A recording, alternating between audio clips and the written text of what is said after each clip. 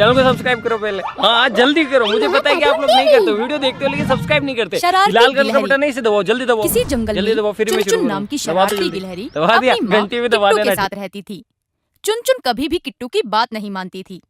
चुनचुन की हरकतों से जंगल के सभी जानवर बहुत परेशान रहते थे। एक दिन चुनचुन पेड़ पर खेल रही थी और उसी पेड़ पर फर्राटा नाम का एक बंदर भी सो रहा था। फर्राटा को देख चुनचुन ने अपनी माँ से कहा, माँ, ये बंदर हमारे पेड़ पर क्यों सो रहा है? ये पेड़ तुम्हारा कब से हो गया चुनचुन? सोने दो उसे। लेकिन माँ, जंगल में और भी तो पेड़ हैं। इससे कहो किसी दूसरे पेड़ पर जाकर सोए। चुनचुन, जैसे ये जंगल सबका है वैसे ही ये पेड़ भी सबका है, इसीलिए तुम इस पेड़ से उसे नहीं हटा सकती। किट्टू ये बोलकर चली गई, लेकिन चुनचुन को एक शरारत सूझी। वो बंदर के पास पहुंची, उसने बंदर की पूंछ को पेड़ की टहनी से बांध दिया।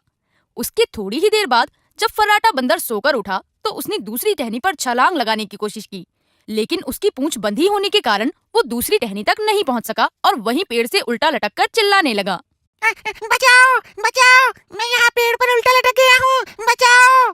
फर्राटा के चिल्लाने की आवाज सुनकर सभी जानवर वहाँ आ गए और तभी वहाँ मौजूद जंगल का राजा शेर सिंह बोला, अरे फर्राटा, तुम इतना चिल्ला क्यों रहे हो?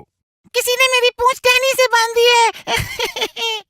लेकिन तुम्हारी पूंछ टहनी से कौन बांधेगा? किसी को क्या मिलेगा ऐसा करके? ये काम उस शरारती चुनचुन ने किया होगा। वो ही जंगल के सभी जानवरों को परेशान करती है। ये बातें किट्टू और चुनचुन पेड़ के ऊपर बैठकर सुन रही थी।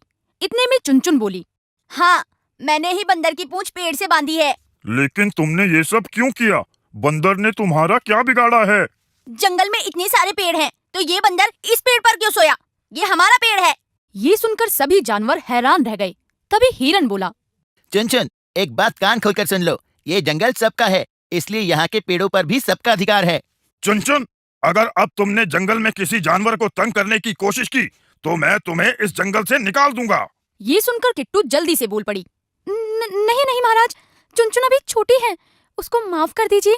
आज के बाद वो ऐसी शरारत कभी भी नहीं करेगी। मैं अभी फर्राटा की पूंछ खोल देती हूँ। ये कहकर किट्टू फर्राटा बंदर की पूंछ पेड़ की टहनी से खोलने लगी और तभी फर्राटा बंदर पेड़ से गिर गया। इतने में शेर सिंह बोला, किट्टू, किट्टू, समझा देना अपनी बेटी को, ये उसके लिए आखिरी चेतावनी है। ये बोलकर शेर सिंह और जंगल के बाकी जानवर वहाँ से चले गए और किट्टू ने चुनचुन से कहा, चुनचुन, तुम ये शरारतें करना कब छोड़ोगी?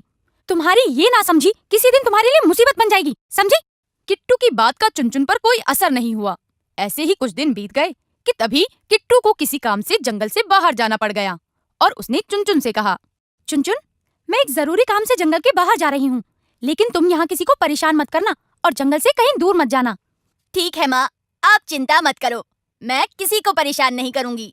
लेकिन चुनचुन की बात पर किट्टू को विश्वास नहीं था, इसीलिए उसने अपने पड़ोस में रहने वाले कालू कौवे से कहा, कालू भाई, मैं जंगल से बाहर जा रही हूँ, 1-2 दिन में वापस आ जाऊंगी, क्या तुम चुनचुन का ख्याल रखोगे? ठीक है किट्टू, लेकिन जल्दी आने की कोशिश करना। तुम्हारी बेटी को ज्यादा दिन तक संभालना मेरे बस की बात नहीं है। कालू भाई, चिंता मत करो, मैं जल्दी आने की कोशिश करूंगी। ये बोलकर किट्टू चली गई और चुनचुन वहीं जंगल में रहने लगी। एक दिन चुनचुन पेड़ पर अकेली बैठी सोच रही थी, माँ को गए हुए इतने दिन हो गए, क्यों ना मैं भी जंगल से बाहर जाकर माँ से मिलूं। माँ मुझे देखकर कितना खुश होंगी।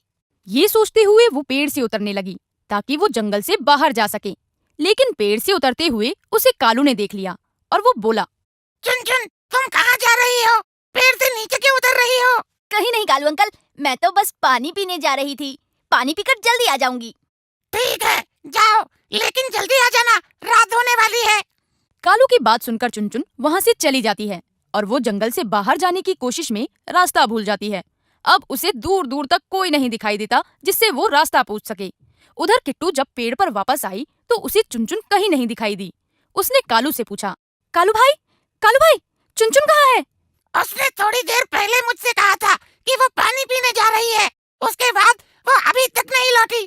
कहीं वो किसी मुसीबत में न फंस जाए, हमें जाकर उसकी मदद करनी चाहिए। और रात भी होने वाली है, हमें अभी जाकर जंगल के सभी जानवरों को बताना चाहिए। ये कहकर किट्टू और कालू ने जंगल के सभी जानवरों को सारी बात बता दी। सभी चुनचुन को इधर उधर ढूंढने लगे, लेकिन वो कहीं नहीं मिली। तभी कालू को आसमान में एक बाज उड़ता हुआ दिखाई दिया। तभी कालू ने कहा, वो देखो, इस समय ये बाज आसमान में क्या कर रहा है? लगता है वो अपना भोजन ढूंढ रहा है। हिरन की बात सुनकर किट्टू घबरा गई और बोली, कहीं ऐसा तो नहीं उस बाज की नजर मेरे किट्टू पर पड़ गई हो। तुम चिंता मत करो, मैं अभी अपने दोस्त मिट्टू तोते के साथ जाता हूँ और पता करता हूँ। ये कहकर कालू मिट्टू के साथ बाज का पीछा करने चला गया। उसने देखा कि बाज चुनचुन के ऊपर मंडरा रहा था। ये देखकर कालू समझ गया कि उस बाज का शिकार चुनचुन ही थी। उसने सारी बात जंगल के जानवरों को बता दी और वापस चुनचुन की मदद करने मिट्टू तोते के साथ चला गया। अब बाज ने मौका पाकर चुनचुन को अपने पंजों में दबा लिया। ये देखकर कालू बोला, मिट्टू जल्दी उस बाज के पास चलो, नहीं तो वो चुनचुन को खा जाएगा। ये सुनकर मिट्टू और कालू आसमान में बाज से लड़ने लगे। वो दोनों बाज पर अपनी चोंच से लगातार वार करने लगे। इसी दौरान चुनचुन बाज के चंगुल से छूट गई। चुनचुन को नीचे गिरता देख जानवरों ने पत्तियों और घास से बना हुआ जाल नीचे बिछा दिया। चुनचुन उस नरम जाल पर आ गिरी। चुनचुन बेटा, तुम ठीक तो हो ना? हाँ माँ, मैं बिल्कुल ठीक हूँ। चुन, हम तुम्हें इसलिए समझाते थे कि शरारत मत किया करो। देखा, तुम कितनी बड़ी मुसीबत में फंस गई। ये सुनकर चुनचुन अपनी माँ से बोली, मुझे माफ कर दो माँ, मैंने कभी आपकी बात नहीं सुनी। अब से मैं कोई शरारत नहीं करूँगी।